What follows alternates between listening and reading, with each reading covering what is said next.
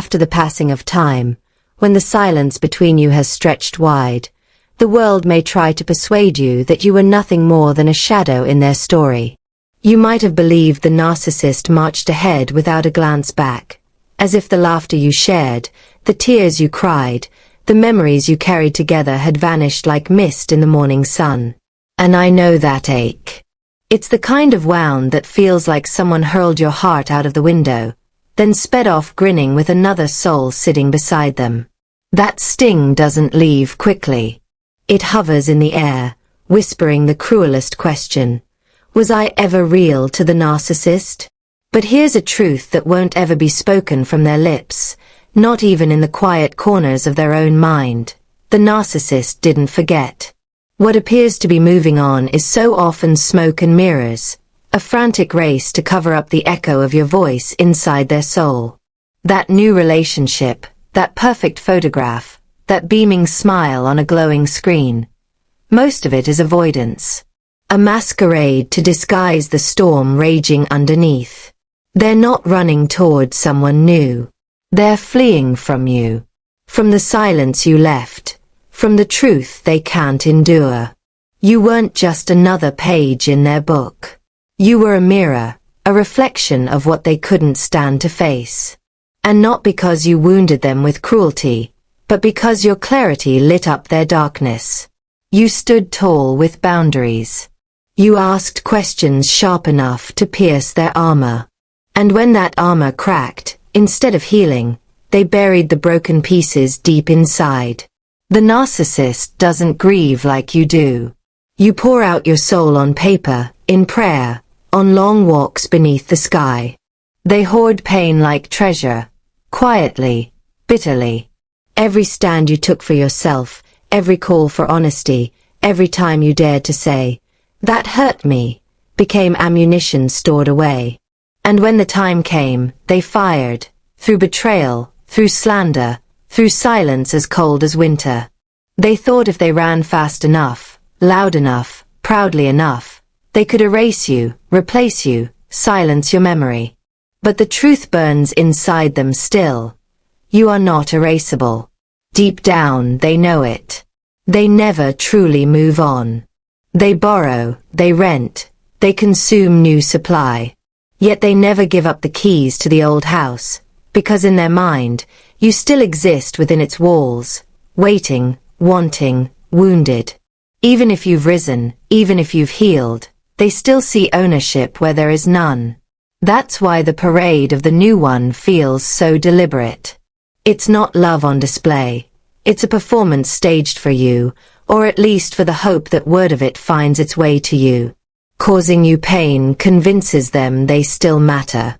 But the truth is, what they showcase is rarely light. More often, it's someone easier to bend, someone already broken, or in darker cases, another narcissist with whom they spin in a dance of mutual destruction. But you, oh, you were different. You were the one they studied. You were the one they mirrored. You were the one they proclaimed, "I've never felt this before." Even if those words were painted with deception, they brushed closer to truth than they usually dare. You weren't a rebound. You were the blueprint. That's why the love bombing felt like fireworks in the night sky, and why the discard slashed so deeply. The narcissist doesn't waste energy crushing what's worthless. They crush what threatens to expose the emptiness within. So if you wonder, do they ever think of me? Yes, they do. But it isn't remembrance as you hope for. It isn't tender missing. It's the gnawing recognition that once, in their fractured world, a light stood before them that couldn't be contained. A soul that slipped from their grasp. A presence that rose from the ashes of betrayal. Don't confuse silence with absence. Don't mistake a shiny new relationship for restoration. The narcissist isn't healed. They're hiding. And you are not forgotten. You are always too real for a world that survives on illusion. The long game in your healing. Take a breath. Healing isn't measured by what you see today, but by what you stop chasing tomorrow. You may see the narcissist now, playing house with someone new, rushing into marriage, flashing photographs of children, homes, smiles polished by filters. You might be tempted to believe they've found peace. But what you're looking at isn't peace. It's panic masquerading as progress. It's desperation clothed in the costume of stability. The narcissist doesn't fall in love. They fall into distraction. That leap into something new isn't about passion. It's about filling a hollow they can't face alone. And so the cycle spins, one face fading before another appears, one goodbye buried under a rushed hello. That isn't romance. It's repetition. That isn't intimacy. It's addiction. And that's where your healing calls you higher. Stop watching. Stop lingering at windows they don't even realize you're standing behind.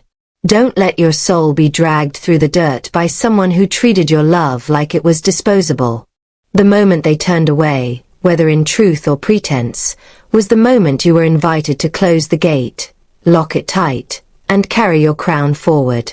Because your life is no revolving door. It's a temple. And temples open only to reverence. So stop asking if they'll return.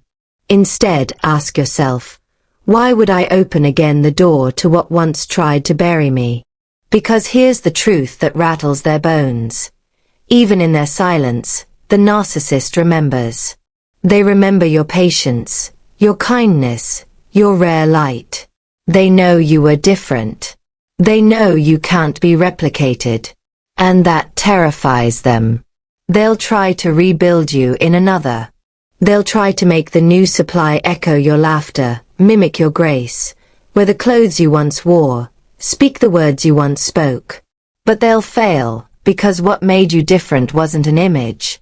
It was your essence. That can't be cloned. That was divine. And the narcissist can only imitate divinity. They can never carry it. Now hear this because it matters more than you know. Don't waste your tears on comparing yourself to the new supply.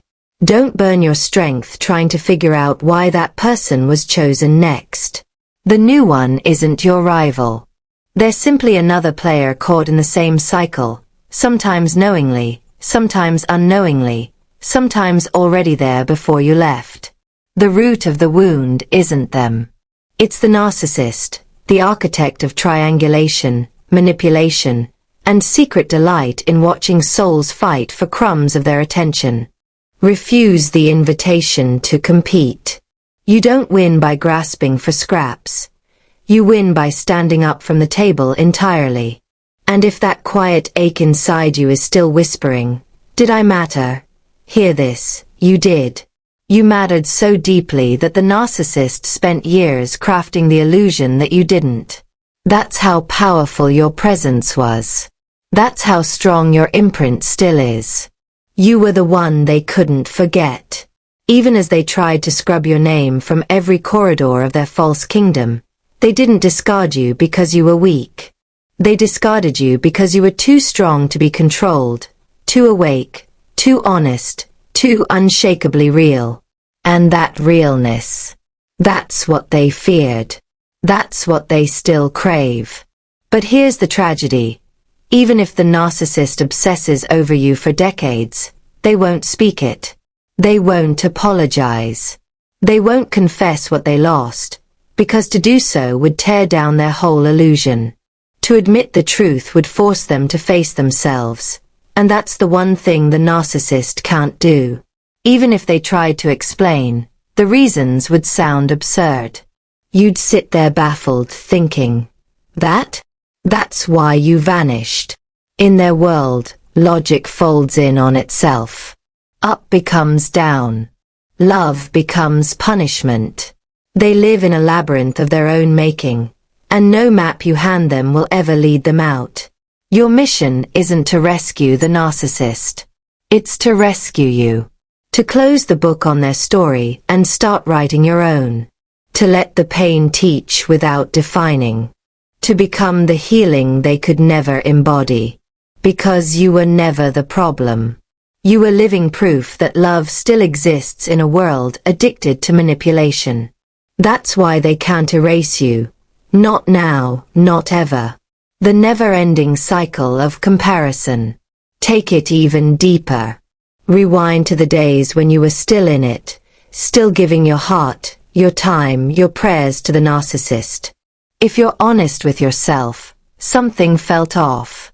Maybe you couldn't name it then, but somewhere in that storm of affection and attention there was a shadow. That shadow was their past supply. The narcissist rarely steps into a new bond with a clean slate. They carry fragments of unfinished stories, unresolved obsessions, ghosts of old fuel. Unless you were the first, and even then don't count on it, there was someone before you haunting their mind. Not with love but with control, not with longing but with comparison. But they didn't tell you that, did they? No, they painted that ex as a monster, recited tales of how cruel, how crazy, how toxic the other one was. While they held your hand and praised your soul, part of their heart stayed shackled to a different cage. And yet they called you their everything. That's the facade. That's the performance so polished it could win awards. They made you believe you were the center of their world, but you were just the new stage for an old script. Remember that moment when the temperature shifted, the warmth dipped ever so slightly? When you asked, they brushed it off. Oh, just the ex trying to come back. They spoke as if it was over, but their eyes told another story, a story of unfinished business. Looking back now with clarity, it's obvious. That flicker of distraction, that brief distance, they weren't fully with you. They were still living in the memory of someone else. This is why the narcissist never fully bonds with anyone new. They're forever measuring the present by what's already past, by you. They're creatures of endless comparison, never content, never grounded, always scanning the horizon for something shinier, newer, yet secretly nostalgic for what once fed them most. You were the one who gave it all. Truth, tenderness, depth, something sacred. You weren't just feeding an ego. You touched a soul. And still it wasn't enough. Not because you failed, but because the void inside them can't be filled with love. It only responds to chaos. So they create pain to feel powerful. They discard to feel in control. They rebound to feel wanted. And all the while they're still nursing wounds from relationships long dead, convinced that the next supply will finally fix them. But deep down they knew when they found you. They knew they'd struck gold. That's why the love bombing was so intense, why the mirroring was so precise. They had to hook you before you glimpsed the broken machinery behind the curtain. And once they had you secured, the rewiring began. They tried to mold you into someone else. Maybe you caught it. Maybe it was subtle, a phrase they asked you to use, a way of dressing, a preference that felt foreign. And maybe, just maybe, it echoed something they once said about their ex. That's not coincidence. That's their pattern. They tried to sculpt you into their last obsession, just as now they're trying to sculpt the new supply into you. Here's the truth you need to anchor deep in your soul. The new supply isn't your rival, isn't your replacement, isn't the crown they wear in victory. They're simply the next in line. You were never ordinary, never interchangeable, never disposable. You were the standard. That's why the narcissist will never truly be free of you. You gave them the most sacred gift they've ever tasted, an unconditional presence. Something they couldn't recreate, something they never even understood. So now, as the parade of photos rolls out, as they strut their new upgrade across the stage, don't absorb the illusion. Don't drink in the performance as truth. They're not healed. They're hiding. You, on the other hand, are becoming whole. Let them recycle the same tired script with different actors. Let them chase shadows and drown in distractions. Your light, once touched, can't be erased. Even if they never whisper your name again, You remain unforgettable. You are not the one left behind in the ashes. You are the one who stepped out of the fire. No one told you soon enough. You're not replaceable. You've never been just another option, another face on a shelf, another backup plan. You are the only version of you this world will ever see. And when the narcissist lost that rarity, they didn't find peace. They started clawing at weaker imitations. They don't forget someone like you. They brood. They obsess. They project. They replay. The moment you pulled back, the moment you locked the door, they felt it. And they've been trying to smother that sting ever since. With distractions, with hollow intimacy, with curated smiles for the crowd. Don't be fooled. Those shows aren't for celebration. They're not even for the new supply. They're for you. To make sure you're watching. To make sure you hurt. Because deep inside, the narcissist knows what was lost, and they hope you never realize it too clearly. They talk about you more than you know. Remember how they once painted the one before you as toxic, controlling, unstable? They did the same to you when the curtain fell. But the storm was never the ex, and it was never you. The storm has always been the narcissist. And if you were to meet one of those survivors face to face, scars and all, you'd see it. The recognition, the common ground, the silent bond of those who endured the same predator. Now it's the new supply's turn. But don't slip into comparison. They are not you. They don't carry your depth, your softness, your strength wrapped in gentleness. They weren't cultivated the way you were. They aren't the crown jewel. So when your heart tries to measure yourself against them, stop right there. They didn't steal anything. They didn't win. You didn't lose. You escaped. What the narcissist carried away wasn't treasure. It was toxin. It was the parasite. And you're finally breathing clean air. Will the narcissist ever stop thinking of you? No. Because the way you loved, the mirror you held up, the light you carried, those things haunt. Even when they bury themselves in new bodies and new stories, they can't outrun you. They'll carry the memory of your radiance for the rest of their fractured existence. But that isn't your burden anymore. That's theirs.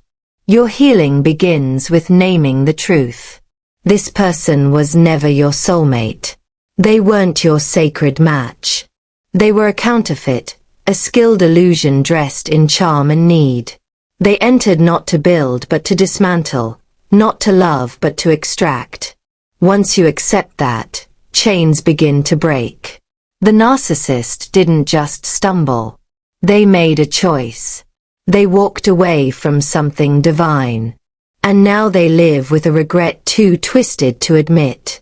They'll measure every new supply against your echo. They'll search for your laugh in the wrong voice, your warmth in the wrong body. But what they had with you can't be duplicated. Not by anyone. Not ever. And here's your liberation. You get to rebuild. You get to rise. You get to declare, that was the breaking that became my becoming. And when the day comes, because it often does, that the narcissist tries to circle back, through a text, a symbol, a casual knock on the old door, don't answer. Don't reopen what no longer exists. Let them sit in the silence they created. You owe them nothing. There's a future waiting, one filled with love that's real, peace that's lasting, joy that isn't staged. That's not a world the narcissist can follow you into. That's yours alone. So fasten this truth to your spirit. They were never your destiny. They were your wake-up call. And now, at last, you are awake.